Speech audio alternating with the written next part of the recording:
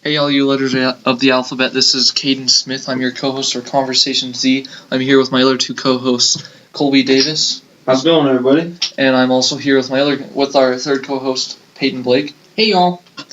So this is going to be a little bit of a short podcast today. There's not really much to talk about, but we've got something interesting in sports to talk about. So, Colby, Peyton, you guys take it away. Well, we're just going to talk about the ever-going debate with the NCAA and whether players should get paid or not in college. This debate is heated and has been for quite some time. It's gone just so far back, and no one's ever happy with the state the thing is now, and everybody's got their own opinions. So we just wanted to kind of level out some basis ideas of whether players should get paid. And it looks like maybe in the next 5 to 10 years there could be a lot of changes done to this because of situations that have arrived and certain players that have been affected. So, Peyton, why don't you just lay out your thoughts of what should happen with the NCAA and whether players should get paid or not? First, I want to state that college basketball, when you have a player that looks mentally and physically prepared for the NBA, he should be allowed to go right out of high school.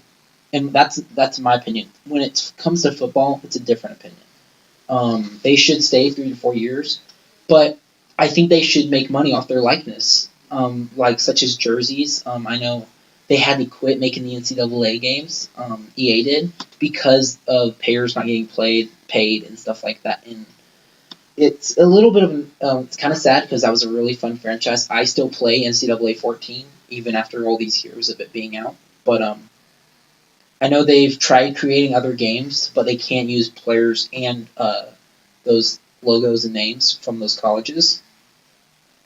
So I think players should be paid off the likeness. But if you're physically ready and mentally ready for sports such as the NBA, I think you should be allowed to go. Yeah. Particularly, I agree that football players should have to go for 3 years. I feel like this debate more relates to basketball or any other sport. Along with the video games, Ed O'Bannon, I don't know if any of you guys know who he is. He's the player who's responsible for taking away the EA college basketball games because he was at a buddy's house and he saw his buddy's son playing the game, and he had just won the national championship with UCLA. And he's like, "Look, I'm using you on the video game." He's like, "Wait, I'm on there. Like, why haven't I gotten any money?" So he's most a hated big, man in college football and basketball. Probably those games would be pretty sweet to play, but he was probably one of the biggest stepping stones coming into this. And same with the Fab Five. You know, the Fab Five, they changed basketball fashion. Like, they changed from wearing short shorts to baggy shorts and all. You know, they changed the image of college basketball, and they never saw money off of it. Nike would make products with the Fab Five on it. Like, these are the same shoes the Fab Five wear, and they'd never see any money. But I feel like players should be allowed to go straight to the NBA if they're ready. I think the NCAA's rule that they made, saying that it's up to USA Basketball to determine who's elite enough to go to the NBA, I think that was just the NCAA refusing to come out and make a stand and take responsibility. I have my problems with the NCAA. I'm not going to go on a rant about them, but they're pretty much a joke, in my opinion, and they should be gone. Well, I feel that what we're talking about only affects the top 1% of the college basketball players because there's over 300 college basketball teams, way more than that. There's like 357 Division I college basketball teams. And let's think about it. When we're talking about these players, when we talk about these top 1% players, you're only thinking of lottery draft picks. That is 14 players out of thousands of college basketball players. So it literally only affects such a small percentage, but for the other 99%, they're getting a free education, which is huge in today's world because people now will go into debt for the rest of their life for their education. And the fact that we're only focusing on them just shows how little we care about all the other people. And that's why they should make money off their likeness, though. Yeah. So let's say Zion Williamson, the most famous college athlete to come out of any college in the past 10 years, easily. So if he's not getting paid, but shouldn't he get paid for his jersey sales? Because if he's bringing in all this money to Duke, and he's not going to use his education. He's just going to college so he can go to the NBA. He's obviously ready to go. So why is he being forced to go and they're just going to make money off of him? Well, he's not going to use that college education. I mean, what was it? I think the tickets for the Duke versus UNC, I think the tickets were higher than some of the Super Bowl tickets. And that's a college game versus basically a national holiday. And it was just to see Zion play. And it's just like... It's becoming super bad, especially with Zion getting hurt in that game. And then is it worth it? Is it worth it for him to come back and risk getting injured just to? Because if he gets injured, then all that money goes out the window. Yeah. So him playing college really jeopardizes. I mean, Boogie Cousins summed it up. I think college is explicit. I mean, obviously he was a one and done at Kentucky. All these players, they just go because they have to. That's their quickest route to the NBA. Something needs to be done because those people are ready, and it's prohibiting them, and it's costing some of them a lot of money and their health. They go to college and they ruin their careers, and then their lives just become 100 times harder because of this dumb mistake. And I hate the people that go to college. I hate the people that say, "Well, they get a free college education." When you're good enough to play a sport that is very limited in basketball like that. It's a career changer, and you'd be making a whole lot more money going first round in the NBA draft than you would getting a couple six figures. Yeah. And I know Duke is a good university and all that, but sorry. Especially with all the FBI pros coming out accusing all these colleges, and only a few of the colleges have been held and charged. Such Louisville, Arizona, and LSU are probably the only three that still have ongoing investigations when there are still many other schools linked to it. I think UCLA's got one now. UCLA was linked to it. Duke was linked to it. NC State was linked to it. North Carolina. All the schools were. I mean, let's be real. No college does not pay kids. No, it's happening. LeBron James came out when all this investigation just dropped, and he said, if I would have went to college, I would not have gone to the four. So it's obvious the money's there. And the donors are doing whatever it takes to get certain players to go to their colleges. It's become larger than life, and it ruins lives at this point. So something needs to be done. We obviously have our own ideas. If me and Peyton were put in charge, we'd have our own ideas of what to do, and we wouldn't be scared to say it. But so would everybody else. This is a very opinionated topic, and that 99% of the players that aren't going to go in the lottery pick, they are going to use that education. So why should they be forced to take a second seat behind someone who doesn't even want to be there? Exactly. So the whole one and done rule is just skewed. The colleges are making money off of it, and so is the NCAA. And there's been players come out after these players have left, and they've succeeded in college basketball because they actually have the passion to play in college basketball more than some of these players that are just really skilled at it. They want the passion though to play in the NBA more than in college. So. Players such as Manu Bolson on Oregon, he played the first 10 games or so of the season, and he had one little slip up, and he sat out for the season because he realized how big of a risk it was to get hurt in college and then risk all that money that he'd make in the NBA. He's projected to be a top first round pick, so why would you risk that? You wouldn't. I understand if you want to play and stuff like that. I think Zion, he wants to play in a way.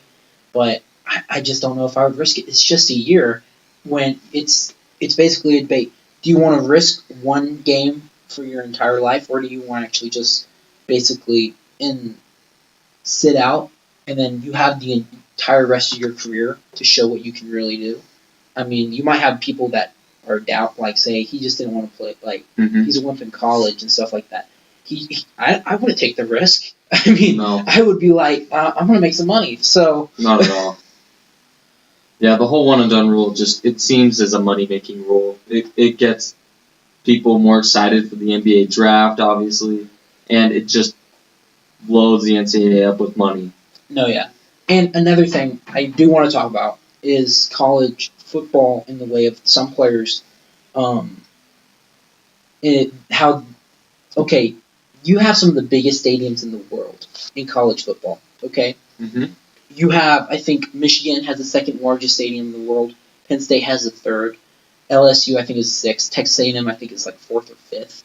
I mean, some of the biggest stadiums in the world are in college, and that's insane. But like, they're making so much money off those off ticket sales and also jerseys that they should, even sometimes college football players in general should be making something out of those, out of at least be getting something. I know they're getting an education, but sometimes that's not good enough. It's a little riskier because it depends on where you come from. I mean, sometimes you come from a really poor family, and when you're trying to, sometimes your family can't afford to even like get you a car or something to just get you around campus. I mean, sometimes it's just not good enough. It's a little riskier when it comes to college football because there's so many more teams and there's so many more players. But there's bigger schools that can't afford it, definitely. There are, but it becomes, they're going to be athletes on maybe a not as good D1 school versus, so let's say there's athletes in, let's say Cal has some kids. And they're like, wait, why aren't we getting paid as much as the kids in USC? And USC is obviously a better football school. I think they should have a limit, and it shouldn't be much. It shouldn't be like $10,000 or anything. Well, you're not going to please. You're never going to please everybody with these rules. No one's ever going to be happy. No matter how you figure it out, not everyone is going to be happy. So I guess that's true. But the NCAA has to be fair because all those schools are under the NCAA, so they have to delegate to everybody equally. So. Again, NCAA is a joke. It is. It was. By the way, it was made by a con artist. It was. So it's a whole mess. College basketball, I feel, might be a little bit easier to figure out. College football seems like they're in a better state right now with having their players have to play for 3 years, which isn't a bad idea because no one's really ready to go play in the NFL right out of high school because people are so much bigger, faster, and stronger. It's smart to have those players in there for 3 years because if not, then it would just be a slaughterhouse in the NFL. If I was to be playing baseball in high school and I was really good, but I wasn't good enough to go to the MLB, but they drafted me, I would take a minor league over sometimes a college because at least the minor league would actually pay you somewhat. Yeah, in a way, and that's why you see some of the high school basketball players coming out and going straight to the D League instead. Syracuse lost a top 15 prospect to the D League. And Mitchell Robinson on the New York Knicks, everyone's like, well, where did he come from? He was a top 10, he was an ESPN top 10 recruit. And he committed to Western Kentucky and then eventually just said, you know what, I'll sit out this year. I don't want to risk getting hurt in college. And he ended up going second round, but he's definitely going to get paid. He's proven that he could have been a lottery pick. And it's just smart to think about your future. It is. Especially for these kids when their futures are so bright. I'd go to a party school if I was to do that. I'd sit out and just go and party, honestly. No, it's definitely a big topic that should be figured out pretty soon here. For sure. So. All right, well, I think that's about it on that whole debacle. So, Caden, what do you got for us? Well. I know I've ranted a little bit about AOC, but yet another very controversial topic she's brought up, even as a freshman congresswoman, which is a little bit unheard of. But recently she has tweeted I can't remember if it was a tweet or if she actually said she does not agree with how we quote-unquote how we responded to 9/11 in a wrong and disastrous way. I don't know about you, Colby, but I'm pretty sure that's kind of the most un-American thing I've ever heard. First of all, the attack of 9/11, 3,000 innocent Americans killed because these Al-Qaeda hated American values and viewed us as the devil. If you can see different videos of documentaries that literally show videos of Bush with fire and devil horns, and if you translate the Arabic, or I don't know what language they speak, I'm going to be honest, I'm pretty sure it's Arabic though, it's basically saying that America's the devil and You see chantings, like big riots with chants of people saying "Kill America," and it's just horrible. I mean, how can a congresswoman representing our country say that it was wrong to go into Afghanistan and take out Osama bin Laden and Al Qaeda? What do you think about that, Colby? I think she's totally in the wrong. I don't know how someone like that can make it this far. It's hard for me to put it into words just because of how disgusted I am with that comment. It's horrible. These people, these radicals that hate our country, they say kill the infidel. They say all these horrible things, and she says it was wrong to go in and kill the guy that planned to kill 3,000 innocent Americans who were just there doing their job. It's just ignorance. I feel like, I mean, I don't even know who this benefits if she's trying to get more votes for her next term. I don't know how you can do that. I know maybe there are some people that do agree with her, but I just can't even fathom how you would not want to go in and get rid of a very widespread, growing problem of Islamic terrorism. We have to come out, and I mean, I know a lot of people denounce calling it that, but they're radicals, and I mean, I just can't. I'm sorry, I'm kind of stuttering a little bit. I can't put my feelings into words. I mean, I know it's bad. I kind of just contradict my beliefs, but very un-American, and I just don't understand. All right, yeah, I don't really have much else to say about it. Another thing on this topic, actually, this is a quote from AOC's tweet. I remember a time when it was unacceptable to question the Iraq War. First of all, she meant to say the Afghanistan War. She can't get her facts straight. All of Congress was wrong, including both GOP and the Democratic Party, and led my generation into a disastrous and wrong war that virtually all would come to regret, except for the one member who stood up, Barbara Lee. Now, I don't know what she's talking about, the Barbara Lee part, but how is it disastrous and wrong to go in and literally just go take out terrorist training camps? It's literally, how is that bad? How is it bad to stop terrorism? I don't understand how this lady has even been voted on, and I'm sorry, this is a very controversial topic, and I'm probably making a few people mad that listen, but yeah, we're going to wrap up, otherwise it's going to get much worse. I'm Caden Smith with Colby Davis and Peyton Blake. Thanks for listening. Bye.